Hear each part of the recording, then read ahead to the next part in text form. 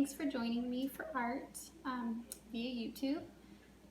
Today we're going to be working on some origami. So you probably have this paper that you found in your folder, and inside your folder you will also find 2 pieces of colored origami paper, and you will need one to make a butterfly today. Okay, so I made this yellow one, and it is a little bit more difficult than the origami that we did last year. So if you would like to practice first on just some regular paper, you can. It doesn't matter what size of paper you have as long as it's a square. So if you want to use notebook paper, you can just fold the side of it over to match up with the edge, and then you'll have to cut this, or you'll have a perfect square. Or you can just use plain copy paper too, either one, if you want to give it a try first before doing it on your butterfly, because it has a lot of folding and you may not want to crease it up incorrectly if you want to give it a try first. Okay, so if you want to get some spare paper and try it with me once, you can watch the video, pause it when you need to, back it up if you need to watch each step again, and you can work at your own pace. Okay, we'll get ready to start. Okay, boys and girls, I have my blue paper here that I'm going to use for my butterfly. And the first thing that you're going to do is turn your paper like this and fold it in half diagonally to make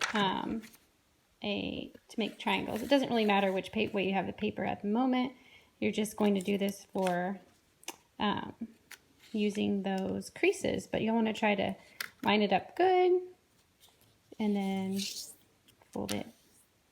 Get a nice crease, open it back up, and fold it in half diagonally again.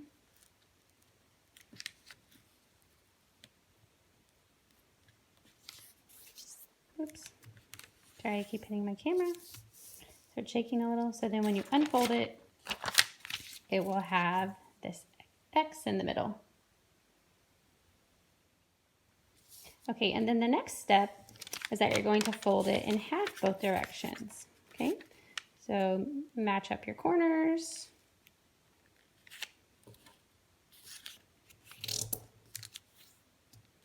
And unfold, turn it the other direction, fold it in half again.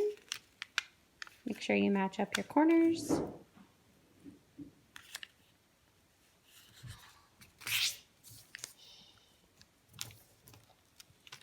Okay. And so now you have this. Okay, so you have your X and you have both of your lines dividing in halves. Okay, the next step is that you're going to fold all of your corners into the middle, okay, all the way around. So just make sure you get it lined up really well. Like I said, all of these folds we're doing are just to give you the creases that you'll need later, because this will be unfolded also.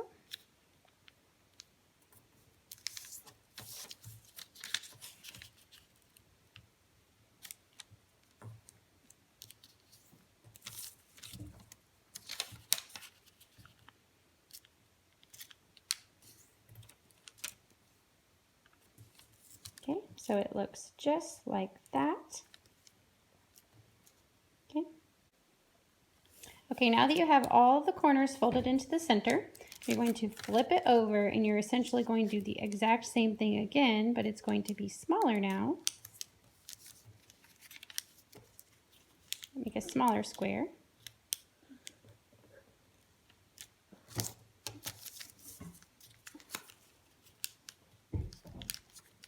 And just try to make sure you get it lined up so they're not overlapping.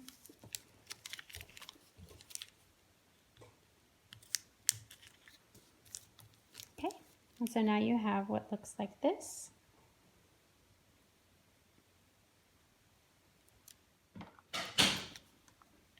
Okay, now you have this, and like I said, you're going to be unfolding all of this. So this is just to have the lines that you need, okay? So unfold everything, flip it over, and unfold here. So you have this, and you can see all these squares, or actually triangles and squares that you will need for this. Okay, so now that you have all of these creases, you're going to flip it over to the white side, and you're going to fold each side into the halfway mark.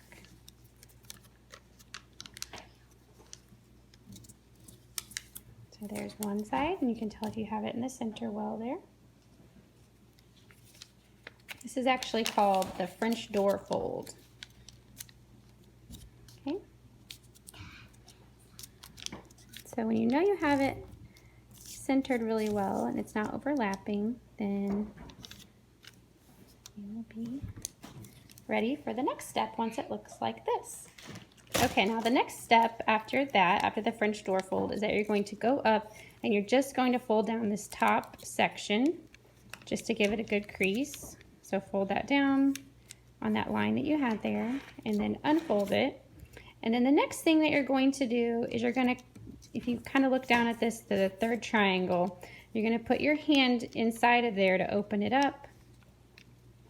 And you're just going to kind of push that triangle down like this, okay? So it'll look sort of like that. You're going to do that on both sides. So you kind of have this look here. So you have that open, and then once you get those folded that way, this one's not quite, then you're going to push it down like this. Like my,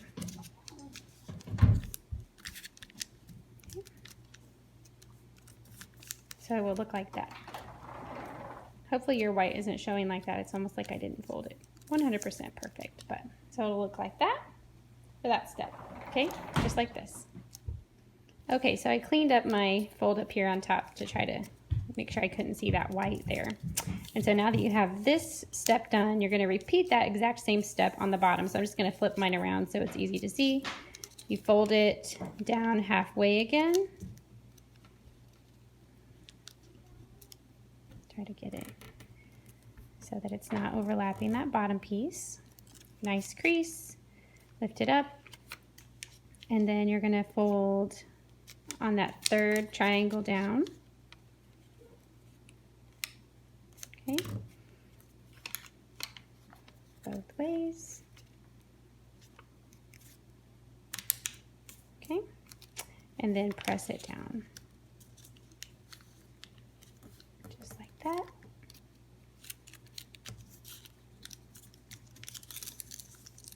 So it will look just like this when you're finished. Okay, now that you have this, you're going to fold it in half. This is called a mountain fold because you're folding toward the paper. So think of it kind of like a mountain. Another origami term is if you were to fold it up, that'd be like a valley. So that makes sense, right? Valley, mountain. So we're doing a mountain fold where you're going to fold this in half just like this. Okay, now that you did the mountain fold, okay? Mountain fold, and then you're going to lay it down in this direction, and then you're going to take this top flap that you have here, so you have, you know, one side of your mountain, and then you're going to fold it to the middle on those creases and press that down. Then you're going to do the other side. I think it's kind of impossible to get some of this white showing, so you're going to fold that down this way. Okay, so it will look like this so far. Okay, now once you have this, you're going to just fold a small section of this side here inward, okay? So it will look like this, just about that much. And press it down, and then try to do the other side to match. You want it to be about the same size. I think it's better if you kind of start it in your corner there. That helps you to get it. So I'm going to go back and do this side. Make them even. Makes it a little easier to judge their size. So there you go. Okay, so those are folded inward just a little on each side. So it should look like that. Okay, now the next step is once you fold those in, you're going to take your butterfly and you're going to fold it this direction. Okay, so the wings are like on top of each other. Okay, just like that. Okay, so it will look just like this after you fold it. Look at those pieces you folded inside are on the inside of the butterfly at this point. Okay, boys and girls, I wasn't really loving how my blue one was looking, so I'm going to show you the last step with this. So after you fold your butterfly in half, okay, so it looks like this. You have folded yours in half, the wings on top of each other. And then you're just going to lay it down on the table, and you're going to just fold over a little section here, so you kind of like think you're going to make it to this part where the wing is. So fold it in like this, and then open it up and squeeze that piece up. And then there is your butterfly, all finished, okay? And this one looks much better. I did a better job of lining it up, so I didn't like all the white showing on the top of my other one. Now you'll notice in your envelope that you have an extra piece of origami paper. You can choose any origami that you'd like to do with that piece of paper. You can search on Pinterest, you can look at YouTube tutorials that are easy to follow along with, or you can just Google origami and follow things that have pictures step by step. Sometimes they can be confusing, so just be patient. And I hope you guys enjoyed this. I hope you're doing great, and bye till next time.